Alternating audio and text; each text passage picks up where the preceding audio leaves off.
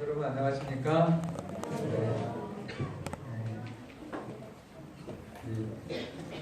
할머니들에게는 아들보다도 손자가 더 사랑스럽다고 그래요. 맞습니까? 손자가 아이들 키울 때는 그런 애틋한 정보다는 정신없이 키우시고 손자가 나면 그렇게 정신이 없을 만큼 사랑스럽다고 그러시더라고요. 오늘 우리 박정근 어머니 손자가 미국에서 오셨고 오늘 처음으로 저희 교회에 출석하게 되어서 어머님이 많이 기쁘실 것 같습니다. 최은숙 부모님은 더 말할 필요가 없을 거예요. 정말 환영하고 아시라키 때 인사드렸죠? 예. 초대교회 때에 제자들이 전도를 하면 종종 지상의 관리들하고 충돌했습니다. 로마 시대였기 때문에 당연히 이제 핍박이 있었고 충돌이 있었는데 그런데 그럴 때마다 누가 이겼냐면 관리나 그 왕들이 이긴 것이 아니고 학벌도 몇몇 차았지만 예수님의 제자들이 이겼습니다. 진리를 전하다가 반대하는 법관이나 왕들 앞에 설 때에 예수님께서 주신 보증이 있었거든요. 그 누구도 반박할 수 없는 지혜를 약속해 주셨습니다. 그래서 두려워하지 말라고 그렇게 말씀을 하셨습니다. 실제로 예수님께서 그 당시에 헤롯 앞에서나 또 제사장 대제사장들 앞에서 그리고 총독 앞에서 말씀하실 때에 성령의 감동하시는 그 언어로 그 당시에 그 지도자들을 부끄럽게 하셨고 바리새인들이 정말 유구무원 이렇게 하시면서 그 예수님의 아주 그 예민한 그 상황에 처해서 그걸 구경삼아 이렇게 바라보았던 많은 모인 군중들이 굉장한 감동을 받았습니다. 오늘 여러분도 그 능력을 예수님이 전도할 때 막히지 않고 어떤 반대의 세력, 세상에서 그것이 재판관이나 왕이라 할지라도 그 복음을, 진리를 막는 그 세력을 아주 정말 감동적으로 무력화시킬 그 하나님의 능력, 여러분들에게 좀 여러분들도 받으셨으면 그렇게 원하십니까? 그렇게 되면 우리가 10월달 전도회에 우리가 올해 목표가 새 성전을 건축하고 첫 전도회이기 때문에 30명 이렇게 하나님께 드렸으면 좋겠다. 이제 직원회에서 기도하고 있는데 전혀 문제가 없을 것입니다. 그런데 오늘 본문에 등장하는 그 상황에서는 하나님의 능력을 확실하게 인지했는데 정말 축복을 받을 수 있는 순간이었거든요. 그런데 비극을 선택하는 일이 발생되었습니다. 예를 들면 이런 거예요. 제 얘기를 드리면 이제 신학과 4학년 되면 목회 실습을 하고 그리고 이제 모든 학생들이 교수님과 이 전교생들이 있는 채플에 한 시간을 이제 그 순서적으로 줍니다. 그러면 이제 다 평가가 되는 거예요. 1번부터 60번까지. 저희는 65명이었는데 4학년 되니까 뭐 한 50, 60명 됐어요. 그래서 그때 이제 저는 이게 기회다. 정말 설교를 잘해서 감동을 주고 어디로 갔으면 좋겠다? 예, 큰 교회, 좋은 교회에 갔으면 좋겠다라고 했는데 정말 설교를 망쳤어요. 너무너무 혼났어요. 정말 얼마나 그 지도 교수님한테 준비가 안 됐다고 너 다시 이래가지고 목사하면 안 된다고 할 정도로. 그러니까 이 설교는 그야말로 누구를 높이는 겁니까? 하나님을 높이는 매체거든요. 그런데 그 설교를 잘해서 내가 조금 좋은 교회 가서 대접도 잘 받고 이렇게 부끄러운 동기를 가지고 제가 생각했던 때가 있었습니다. 여러분, 아무리 설교를 잘하는 목사일지라도, 그래서 목사 일을 정말 잘하는 사람이라 할지라도 그 목사가 이기적이면 결국은 망합니다.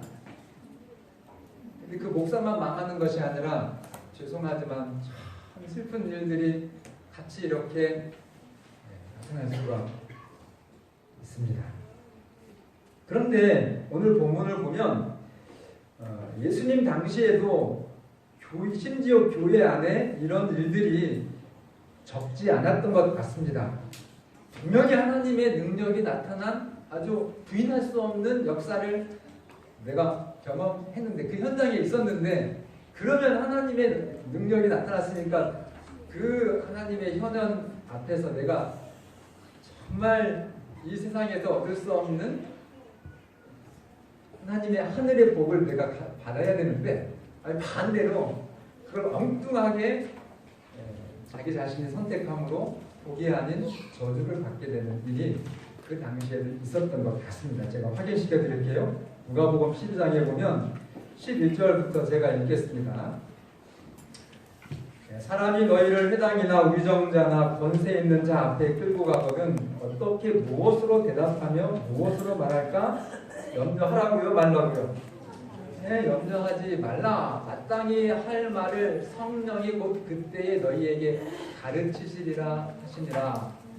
바로 그 뒤에 보면 이제 이 예수님의 엄청난 약속, 능력에 대한 축복의 약속을 듣고 난 다음에 13절에 보면 무리 중 한 사람이 이르되 선생님이여 내 형을 명해서 유산을 나와 나누게 하소서. 이렇게. 그러니까 형제가 지금 아버지 유산 가지고 서로 다툼을 가진 거예요. 서로 뭐 하려고요? 농심처럼 한 게 아니라, 농심 기억해요? 농심 나면 선전할 때 옛날에 한 10년 됐나요? 쌀을 짊어지고 서로 가다가 누구랑 만나요? 계속 형은 동생네 형편을 염려해가지고 똑같이 나눈 것이 아니라 아니야 동생이 더 필요해 해가지고 나누고, 동생은 또 형님 복간이 염려되어가지고 아니야 우리 형님 댁 복간이 더 필요해 해가지고 서로 밤새 지고 나르고 하다가 딱 서로 만난 거죠. 그런데 그런 형제가 아니라 여기 지금 성경에 등장하는 비극의 주인공은 그 유산을 서로 많이 좀 차지하려고 그렇게 하던 중에 자기들끼리 이게 결정이 안 나니까 하나님의 능력이 나타나는 걸 보고 예수님이 내 형에게 말씀하시면 바리새인들도 벌벌 떠는데 그죠? 형님이 그 재산을 나한테 줄 거야. 근데 예수님은 모든 걸 아십니까? 모릅니까? 아시죠. 그래서 거기에 상관할 것이 없으신 것입니다. 그래서 그렇게 말씀을 하시는 거예요. 14절 이르시되 이 사람아 누가 나를 너희의 재판장이나 물건 나누는 자로 세웠느냐? 이 부유한 것이 나쁜 것이 아니라는 것 여러분 아시죠? 여러분들은 이제 배웠으니까 하나님이 이 세상에서 여러분들에게 돈을 정말 어마어마하게 이렇게 재물을 얻을 특권과 축복을 주시면 그건 왜 주신 거예요? 그 일을 통해서 하나님의 감화력, 감동을 이 세상에 더 많이 펼치시도록 그렇게 준 것 말고는 없어요. 그죠? 그거와 반대로 이 욕망의 구애는 예수님은 하늘은 전혀 관계도 없고 관심도 없습니다. 왜냐하면 그건 필경은 무슨 길이니까요? 생명과 반대되는 결과를 여러분과 제가 받기 때문에 사랑의 하나님, 여러분들이 영원히 생명을 누리면서 행복하기를 원하시는 하나님은 그건 관심이 없어요. 왜냐하면 그 잘못하면 오히려 여러분과 제가 화를 당하기 때문에. 그래서 이 형제의 욕심 싸움이었던 유산 분배에는 예수님이 관여를 안 하신 겁니다. 그러면서 한 사람이 물어봤는데, 그죠? 무리 중에 한 사람이 이르되 선생님, 제 형을 명예해서 유산 좀 저에게 나눠주게 해주세요 했는데 상관없다 하시면서 그 다음에 하신 말씀이 15절인데 뭐라고 얘기해요? 그 형제에게, 그 동생에게만 말한 것이 아니라 그 군중을 향해서 말해요. 그들에게. 이게 이제 생각할 이 한 예수님의 말씀의 문장 단어입니다. 그래서 오늘 목사님 저는 아니에요 할 수 있지만 예수님이 말씀하신 그들에게 오늘 저와 여러분도 함께 해당될 수 있다는 이 말씀을 통해서 정말 하나님의 축복을 받으시는 여러분과 제가 되기를 바랍니다. 그래서 그들에게 이르시되 삼가 모든 탐심을 물리치라. 사람의 생명이 그 소유에 넉넉한데 있지 아니하니라. 여러분, 인생의 가장 중요한 문제는 재산이라고요, 아니라고요? 재산이 정말로 아니에요. 진짜 중요한 문제가 있다고 예수님은 말씀하시는데 오늘 그것을 배우는 것입니다. 이제 잘 오셨죠? 우리가 열심히 살잖아요. 근데 열심히 사는 목적이 정말 행복하기 위해서 사는 거잖아요. 그 행복이 진정한 행복이 되도록 오늘 하나님은 여러분과 저를 이 땅에 지금 존재하게 하시고 우리를 창조하신 그 하나님이신 예수님께서 사람의 생명이 그 재산에 많은 것에 있지 않다 하시면서 16절에 또 비유로 그들에게 말하여 이르시되 한 부자가 그 밭에 수출이 풍성하네 하면서 그 유명한 부자의 비유에 대한 말씀을 주시는 것입니다. 한 부자가 등장하죠. 농사가 대풍을 맞았습니다. 얼마나 정말 큰 축복을 하나님이 주셨냐면 성경의 표현, 우리 헌금할 때 많이 듣는 표현 있잖아요. 쌓을 것이 없도록 붙지 아니하나 보라. 그것처럼 진짜 쌓을 곳이 다 쌓고 창고에 들였는데 더 이상 그 잉여된 소출을 이렇게 보관할 데가 없어요. 쌓을 곳이 진짜로 없게 주셨어요. 아멘. 예, 여기까지는 아멘 하셔도 돼요. 자, 그렇게 해서 이제 17절에 이제 마음속으로 어떤 이렇게 했으니 이런 엄청난 부가 생겼으니까 당연히 계획을 세우겠죠. 17절에 내가 곡식 쌓아둘 것이 없으니 어찌할까 하고 이제 이 부자가 된 농부가 계획을 마음속으로 생각합니다. 자, 하나님께서 햇볕과 비를 주셨죠. 그리고 채소를 아주 건강하게 무성하게 그렇게 자라게 하시고 풍성한 밭에 소출을 나게 하셔서 너무 많이 주셔가지고 자기 곳간에 가득 차고 여분의 곡식은 쌓을 곳이 없도록 그렇게 주셨습니다. 어떻게 해야 될까요?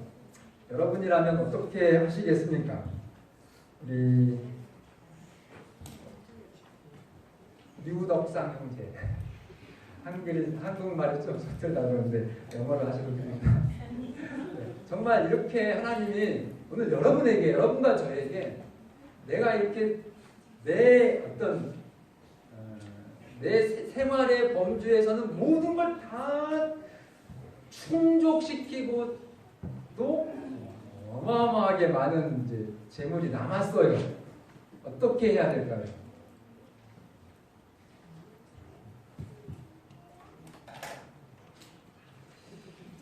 이렇게 말씀하십니다. 뭐 답이 다 있어요. 그죠? 이 증언의 말씀에 보면 하나님은 가난한 자들의 기도를 들으시고 이 부자에게 그 기도를 응답해 주셨다. 이렇게 전 너무 재밌기도 하고 좀 새로운 깨달음을 얻게 되었어요. 이번에 이 말씀을 좀 보면서. 자, 그 부자가 그렇게 엄청난 소출을 통해서 큰 재물을 하나님께서 얻게 된 것은 그 주변에, 그 부자의 주변에 많은 사람들이 하나님께 간절히 기도했답니다. 그 가난하고 어렵고 힘들어하는 사람들이 하나님 정말 저희 가정을, 우리 아이를, 우리 부모님을 좀 도와주세요. 이렇게 했던 그 기도에 대한 응답이 어디로 임했다고요? 그 부자의 그 해의 농장에 임한 거예요. 하나님의 응답이었다라고 기록하십니다. 그래서 이 부자의 풍성함은 가난한 자의 음식이고 벗은 자의 옷이고 많은 사람들의 마음에 확신과 기쁨과 감동의 찬양을 하늘에 올라가게 하는 그런 하나님의 기도의 응답이었습니다. 저는 지난번에 우리 교회에서 있었던 어느 한 성도님이 그분이 안 오셔가지고 참 다행이네요. 예, 정말 제 목사로서 이렇게 우리 장로님, 집사님들이 워낙 우리 선거에 우리 교우님들이 사랑이 많으시잖아요. 그래서 뭐 병원에 방문을 가거나 이렇게 하면 진짜 저는 조금 부끄럽게도 5만 원. 저는 목사랑 안식일교회 목사의 재정을 여러분들이 아시죠. 그래서 5만 원이면 큰 돈이에요. 네. 그러나 정말 우리 또 어떤 장로님은 막 10만 원 이렇게 해가지고 그 어려운 가정을 위로하시는 걸 봤어요. 네. 그런데 요 근래에 어느 분이 정말 60만 원을 기왕이면 7자가 좋은데 70만 원이었으면 더 좋았을 텐데 예, 그렇게 하셔가지고 정말 어려운 그런 가정에 이렇게 좀 전달하셨는가 봐요. 제가 들은 얘기는 그분이 그거를 안식일 오후에 이렇게 살펴보고 너무 놀래서 막 펑펑 울면서 누구를 찬양했을까요? 누구한테 감사했을까요? 정말 야, 세상에 이런 일도 있구나. 그래서 그런 찬양의 또 감동의 멜로디가 하늘로 상달되도록 그 부자의 밭에 하나님은 기도 응답을 주셨다는 것입니다. 여러분, 하나님은 성경에 하나님은 누구의 아버지다라고 이렇게 좀 특별하게 표현한 그 대상이 있어요. 하나님은 오늘 당연히 여러분과 저희 아버지이시지만 그러나 우리보다 더 이렇게 좀 그 부류에 지명해가지고 하나님은 누구의 아버지다라고 했는데 그게 누구죠?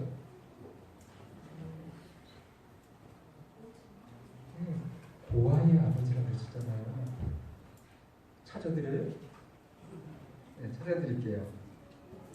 시편 68편 5절에 보면은 거룩한 처소에 계신 하나님은 고아의 아버지시죠. 여러분 정말 이 땅에 부모님 일찍 돌아가셔서 홀로 된 우리 그런 형제 자매들이 이 말씀을 들으면 힘이 될까요? 그 뒤에 있는 그 구절에 대해서 공동번역 성경에서는 과부들의 보호자시다 그렇게 말씀하셔서 이 이사야 54장 5절에 있는 말씀이 맞아요. 이는 너를 지으신 이가 내 남편이시라. 그의 이름은 만군의 여호와시며. 그래서 이 땅에 특별히 하나님이 정말 아주 특별하게 관심을 두시고 내가 이들의 아버지야, 내가 이들의 남편입니다 라고 하는 대상이 고아와 그래서 그들을 누가 책임진다는 말씀이에요? 하나님이 책임지신다는 말씀. 그러면 뭐로? 하나님의 축복을 여러분들이 이렇게 받으시면 그것이 누구에게 힘이 되어져야 되고 누구에게 정말 케어의 역할을 해야 되는지 성경은 명확하게 말씀하십니다. 스가랴 7장 10절 과부와 고아와 나그네와 궁핍한 자를 압제하지 말며 서로 해하려고 마음에 도모하지 말라. 저는 시골 마을에 한 50호 정도 사는 그 마을에 살았거든요. 맨 꼭대기 집이었어요. 그래서 이 동네에서 이렇게 소문이 쭉 하면 어디까지 올라가요? 저희 집이 정창역. 그래가지고 누구네 집에서 어떤 얘기가 있는데 저희 마을에 홀로 된, 그러니까 일찍 남편을 여의고 이렇게 아이들하고 그런 가정이 이사를 오면 우리 동네의 사람들의 눈초리가 어때요? 정말 동정하면 좋은데 그런 것보다는 이 사람들을 어떻게 좀 정말 약자가 약자를 보호해줘야 되는데 그걸 열겁도 않은 우리 동네에서 그렇게 연약한 사람들이 들어오면 텃세가 얼마나 심한지. 그런데 성경은 뭐라고 얘기하는 겁니까? 그렇게 하지 말라는 거예요. 과부가 이사 오면 그들을 무시하거나 그들에 대해서 악한 생각, 해치려는 생각을 하지 말라는 것입니다. 누가요? 예, 하나님께서. 그래서 그 하나님을 아버지로 부르는 오늘 여러분과 제가 어떻게 이 세상의 고아와 과부에 대해서 대해야 될지를 성경은 명확하게 말씀하십니다. 야고보서 1장 27절 하나님 아버지 앞에서 정결하고 더러움이 없는 경건은 곧 고아와 과부를 그 환난 중에 돌보고 또 자기를 지켜 새 속에 물들지 아니하는 그것입니다. 이 말씀은 충북에 있는 정말 제가 존경하는 한 장로님의 좌우명 같은 말씀이에요. 그래서 그 장로님은 할머님의 일본에서 이제 일제시대 때 일본으로 이렇게 끌려가셨잖아요. 많은 우리 정말 소녀들이. 그랬는데 이 할머니가 정말 악착같이 그 일본 세상 일본의 그 기라성 같은 그런 사업가들 틈에서 정말 열심히 최선을 다해서 어마어마한 부를 이렇게 얻게 되셨어요. 근데 그 할머니가 돌아가시기 직전에 이 장로님에게 전도를 받고 예수님을 만나니까 이제 인지를 하게 된 거예요, 할머니가. 그래서 자기의 전 재산을 우리 한국에 있는 장로님께 다 주었습니다. 재단 법인을 만들어가지고. 근데 그걸 일본에 뺏길 뻔 해가지고 얼마나 그 과정이 힘들었다고 말씀을 하시는데 지금은 이 장모님이 그 재단 이름 혹시 아세요? 한번 인터넷 가셔서 평소림 재단을 찾아보시면 상상할 수 없는 재단 금액이에요. 일본의 부자이셨으니까. 근데 그것을 한 푼도 자식이나 이렇게 소유하지 않으시고 전액을 다 고아와 과부들을 위해서 사용하고 있습니다. 지금 우리 교단에 제가 자랑스럽게 생각하는 정말 미혼모의 집이 그 장로님의 그 사업으로 1년 넘었죠. 이제 그렇게 됐어요. 그래서 그 일이 저는 천안에도 좀 생겼으면 좋겠다. 막 때를 썼거든요. 저희 교회 지금 장로님하고 딱 코드가 맞네요. 장로님 충북에만 하시지 말고 좀 충청남도에도 좀 길을 좀 열어주셨으면 좋겠다는데 그 장로님 워낙 겸손하셔가지고 자기 교회에 충실하시고 이렇게 좀 아직은 목사님 그렇게 제가 잘하는 것도 없는데 하시면서 겸손하게 말씀을 하시더라고요. 이 말씀이 그 장로님의 그 홈페이지에 들어있는 말씀이에요. 야고보서 1장 27절 같이 한번 다시 읽어볼까요? 하나님 아버지 앞에서 시작. 하나님 아버지 앞에서 정결하고 더러움이 없는 경건은 곧 고아와 과부를 그 환난 중에 돌보고 또 자기를 지켜 새 속에 물들지 아니하는 그것입니다. 이렇게 했어야 되는데 이 부자는 진짜 어리석죠. 바보죠. 18절 다시 누가복음 12장으로 가셔서 18절 19절을 보시면 내가 이렇게 하리라 하고 이제 이 부자가 플랜을 빠지게 짰는데 그 플랜이 참 가관이에요. 내가 이렇게 하리라 내 곡간을 헐고 더 크게 짓고 내 모든 곡식과 물건을 거기 쌓아두리라. 19절 또 내가 내 영혼에게 이르되 영혼아 여호와의 쓸 물건을 많이 쌓아두었으니 평안히 쉬고 먹고 마시고 즐기자. 이렇게.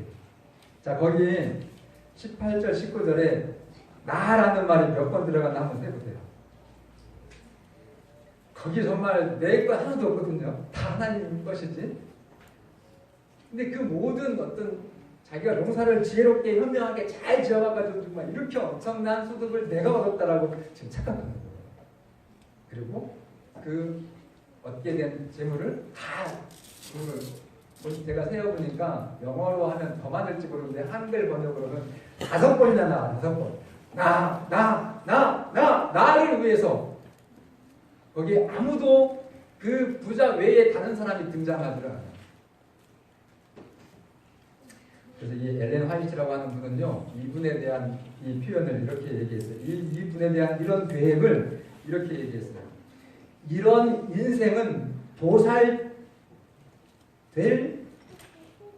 짐승보다 도 내가 도살될 짐승 같다라고 해도 참 좀 적절하다 할 텐데 그것만도 못하다고요. 왜 그렇게 얘기하셨을까? 제가 볼 때는 도살될 우리 소나 돼지는 인간에게 그래도 먹을 거라도 주고 이렇게 하는데 그만도 못하다고 한 거는 정말로 인간에게 인생의 어떤 평가에 있어서 제일 하위의 평가를 받은 것 같아요. 이분은.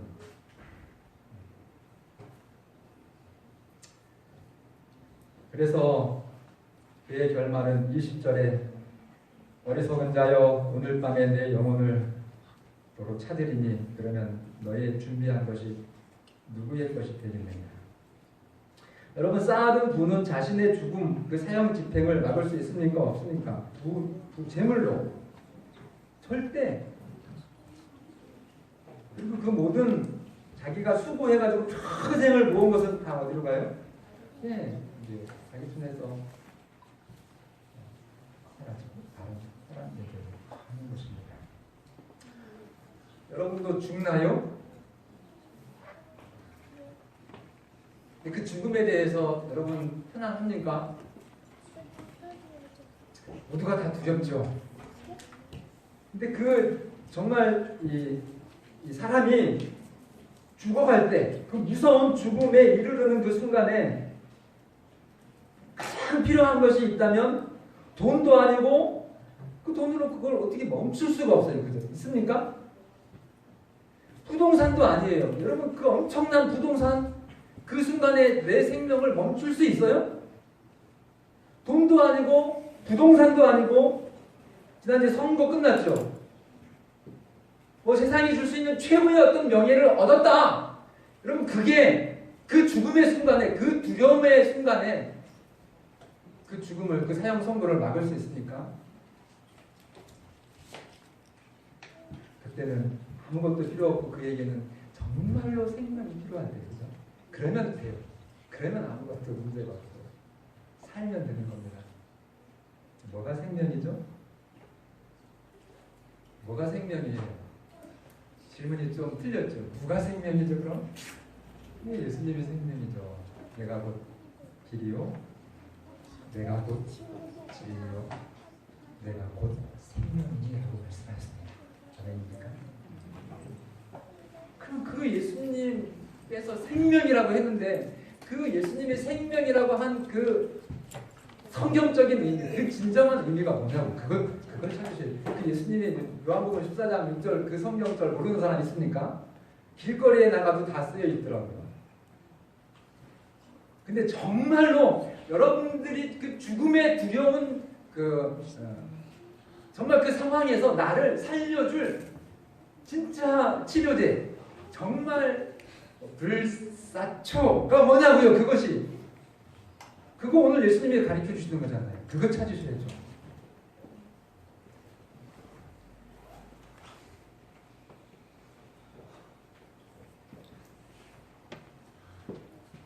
다시 읽습니다. 그는 자기를 위해 자기의 인생을 설계함으로 하나님의 사랑을 거절했습니다. 여러분 이 예수님이 생명이라 말씀하셨는데 그 예수님을 성경에서 이렇게 부지런히 연구하시고 자꾸 예수님이 도대체 어떤 분이신가, 예수님이 무엇인가라고 찾으면, 제가 드린 말씀 기억나요? 여러 가지 정말 좋은 보약의 재료들을 약탕기에 넣고 정성스럽게 이렇게 불을 해가지고 이렇게 잘, 지금은 다 기계가 이르지만 옛날에 저희 어머니 때는 그러지 않았잖아요. 아버지 아프실 때 그 약탕기에 정성스럽게 그 약을 다렸던 기억이 나거든요. 이 성경에 정말 좋은 말씀들을, 예수님에 대한 그 가르침을 가장 성령의 그 적절한 배합으로 해가지고 아주 그걸 또 잘 짜야 돼요. 그냥 시원찮게 짜야 돼요. 정말로 그 진액이 에키스가 잘 나오도록 우리 어머니들 잘 짜야 되겠죠. 그래야 치료 약효가 있죠. 다 하는 정성이잖아요. 그러나 그 성경에 그 정말 좋은 우리를 살리는 생명의 약초의 재료들을 막 짜가지고 막 마지막 진짜 이거다라고 딱 에키스를 내놓으면 뭡니까? 그게 예수님이죠. 맞습니까? 그 예수님이 뭡니까? 사랑이에요. 사랑. 그래서 사랑이 생명이라고 하는 것입니다. 제가 어떤 때는 엉뚱하게 설교할 때 있어요. 제 설교가. 그래가지고 제 설교를 이해하지 못하면 목사님이 이상한 말씀하신다고 하시는데, 저는 정말 제가 하늘에 부끄럽지 않고 단호합니다. 여러분이 사는 길은 예수님을 믿는 길이고, 그 예수님을 믿는다고 하는 구체적인 여러분들의 인생은 사랑을 실천하는 것입니다. 그것 없이는 여러분들이 주여 주여 해보세요. 주의 이름으로 목사 노릇하고 예수의 이름으로 권능을 행한다 할지라도 예수님이 그날에 내가 너희를 도무지 알지 못하니 불법을 행하는 자들아 내게서 떠나가라는 그 예수님의 그 두려운 선고를 받으실 것입니다. 예수님을 믿으시되 생명에 있는 신앙이 오늘 여러분과 될 것입니다. 그것이 나를 이 땅에서 가장 안전하게 내 인생을 붙들어 주시고, 그것이 여러분과 여러분의 자녀들에게 줄 수 있는 정말 최고의 유산이에요. 예수님이 그 형제, 동생이 와가지고 예수님 제 형 저보다 더 가져간 것 같아요. 좀 뺏어갖고 저한테 좀 주세요. 나 관심 있다 없다? 그 세상에서 썩어질 재물에 대한 그 유산 분배는 예수님 관심도, 진짜 예수 그리스도를 통해서 하늘이 여러분들에게 주신 참된 유업, 영원한 생명, 그것을 누리시고 차지하시고 받으시고 여러분들의 자녀에게 나누시는 정말 최고의 유산이, 자기 자신을 위해서 사는 것은요, 아무리 재산이 많아도 그거는 소멸될 세상처럼 사라집니다. 하나죠. 그래서 21절에 마지막으로 말씀하시잖아요. 자기를 위하여 재물을 쌓아두고 하나님께 대하여 부여하지 못한 자가 이와 같으니라. 여기 하나님께 대하여 헌금 많이 하라는 거 아니에요. 여러분들이 이렇게 헌금을 정말 많이 드려주시지만 그 헌금이 하나님께 하늘로 가나요? 전혀 그렇지 않아요. 오늘 천명 선교사를 위해서 헌금했잖아요. 정말 복음의 불모지에서 정말 목숨 걸고 선교에 임하는 그들을 하는 거예요. 하나님께 대하여 부요한 여러분과 제가 되기를 바랍니다. 실제로 신바벨로니아가 멸망할 때 마지막 왕이 벨사살이었거든요. 이 벨사살은 잔치를 얼마나 좋아했는지 하룻밤 잔치에 1000명을 초청했어요. 몇 명 초청한 잔치요? 1000명을 초청해가지고 술잔은 무슨 술잔을 또 따랐어요? 하나님의 성전에서 쓰는 그 잔으로 술잔을 그날 밤에 죽었죠. 그리고 그 신바벨로니아가 그 다음 메디아에 의해서 다리우 왕에 의해서 넘어갑니다. 그건 실제 역사예요.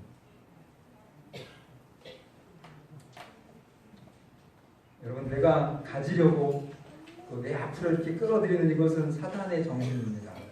반대로 타인의 유익을 생각하시고 그래서 나를 정말 희생하고 나눠주는 것은 예수님의 정신이에요. 요한 1서 5장 1절로 12절입니다. 또 증거는 이것이니. 여러분 증거 좋아하죠? 목사님 말로만 증거 보여봐. 증거 보여주세요. 자, 이런 거는 정말 우리 예비 성도들이 좋아해요. 또 증거는 이것이니. 저도 생전 없었던 거 성전 건축하면서 복받은 얘기 드렸죠. 부동산 권리 증서. 와, 대단하더라고요. 이거 봤는데. 이 등기문서라는 뜻이거든요.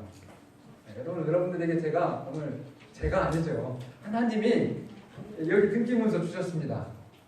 자, 또 증거는 이것이니 하나님이 오늘 여러분에게 뭐를 주신 것과 뭐이래요? 아니 이 엄청난 하나님께서 주신 여러분의 것인데 영생을 주신 거. 이게 됩니까 이게? 다시 천사들이 부끄러워할 것 같아요. 하나님은 엄청난 걸 주셨는데 이게 받는 사람들이 빨리 끝내라고 그러시는 거죠? 자, 또 증거는 이것이니 하나님이 우리에게 뭘 주신 것과요? 영생을 주신 것과 이 생명이 그의 아들 안에 있는 것입니다. 12절은 같이 공독합니다. 시작. 아들이 있는 자에게는 생명이 있고 하나님의 아들이 없는 자에게는 생명이 없느니라. 정말 예수님이 여러분들의 삶의 신앙의 주인이 되셔서 생명 있는 신앙생활 하시고 하나님이 주신 영생이 오늘 여러분과 저의 것이 되기를 간절히 바라면서 빨리 끝나라고 해서 말씀을 드리겠습니다.